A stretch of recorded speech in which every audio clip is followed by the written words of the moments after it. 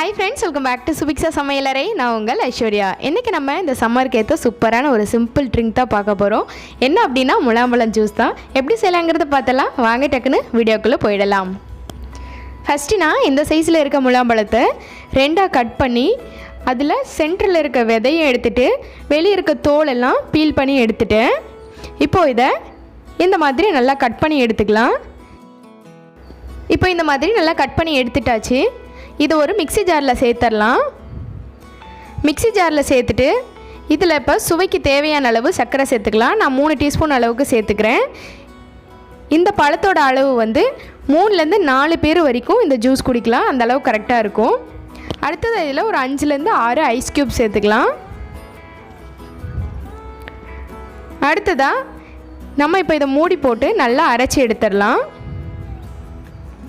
ஒரு 2 நிமிஷம் வரைக்கும் நல்லா நைஸாக அரைச்சி எடுத்துடலாம். உங்களுக்கு தேவைப்பட்டால் ஐஸ் வாட்டர் கொஞ்சம் சேர்த்துக்கோங்க. இப்போ நல்லா அரைச்சி எடுத்தாச்சு. பாருங்கள், ரொம்பவே சூப்பராக நம்ம ஜூஸ் வந்து ரெடி ஆகிடுச்சு.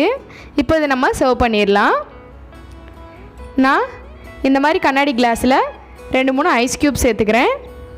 அதில் நம்ம அரைச்சி வச்சுருக்க ஜூஸையும் சேர்த்துடலாம். ரொம்பவே சிம்பிளாக நம்ம முலாம்பழம் ஜூஸ் ரெடி ஆகிடுச்சு. கண்டிப்பாக ட்ரை பண்ணி பாருங்கள். இந்த வெயிலுக்கு ரொம்ப டேஸ்ட்டாகவும் ரொம்ப குளிர்ச்சியாகவும் இருக்கும். இந்த வீடியோ உங்களுக்கு பிடிச்சிருந்துச்சுன்னா லைக் பண்ணுங்கள், ஷேர் பண்ணுங்கள், கமெண்ட் பண்ணுங்கள். நம்ம சேனலை நீங்கள் இன்னும் சப்ஸ்கிரைப் பண்ணலாம், சப்ஸ்கிரைப் பண்ணிக்கோங்க. அடுத்ததாக ஒரு வீடியோவோட மீட் பண்ணலாம். Thank you so much for your வாட்சிங்.